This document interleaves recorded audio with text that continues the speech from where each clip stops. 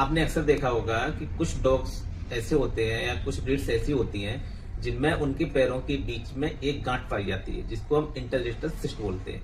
Actually उसमें होता क्या है कि जो हेयर फॉलिकल होती है वो रप्चर हो जाती है, उसमें या तो इन्फेक्शन हो जाता है और या फिर वो रप्चर हो जाती है, इसकी वजह से उसमें पस या ब्लड भर जाता है। उसके पीछे कुछ रीजंस हैं। पहला रीजन ये होता है कि ब्रीड प्रीडिस्पोज, कुछ ब्रीडें ऐसी होती हैं जो उसके लिए बहुत नॉर्मल या कॉमन होता है।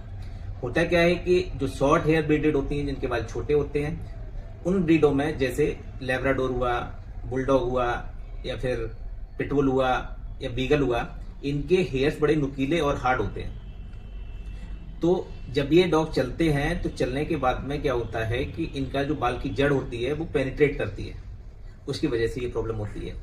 दूसरा, एलर्जी। अगर आपके डॉग को फूड एलर्जी है या इन्वायरमेंटल एलर्जी है तो ऐसी कंडीशन में डॉग अपने पॉज या पैर को लिक करता है, और जब वो बार बार लिक करता है तो उस लिक करने की वजह से जो हेयर की फॉलिकल होती है वो रप्चर हो जाती है और उसमें इन्फेक्शन हो जाता है, जिसकी वजह से वहां पे गांठ बन जाती है। तीसरा रीजन होता है ओबेसिटी या गेट। जब आपका डॉग का वेट बहुत ज्यादा हो जाता है, उसकी वजह से जब वो पैर को रख के चलता है तो जो हेयर फॉलिकल होती है उसके ऊपर प्रेशर पड़ता है। जब प्रेशर पड़ता है कि वो डर्मिस के अंदर पेनिट्रेट करती है बाल की जड़, जब पेनिट्रेट करती है तो फिर वहां पे इन्फ्लामेशन हो जाता है, इन्फ्लामेशन होने की वजह से वहां पे गांठ बन जाती है।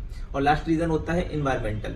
जब आप अपने डॉग को ऐसी जगह पे लेके जाते हैं जहां कंकड़ पत्थर ज्यादा पड़े हुए होते हैं या वायर्स होते हैं, तो वो उसको पेनिट्रेट या लग जाते हैं, उसकी वजह से वहां पे इन्फ्लामेशन होता है और डॉग को गांठ बन जाती है। Thank you.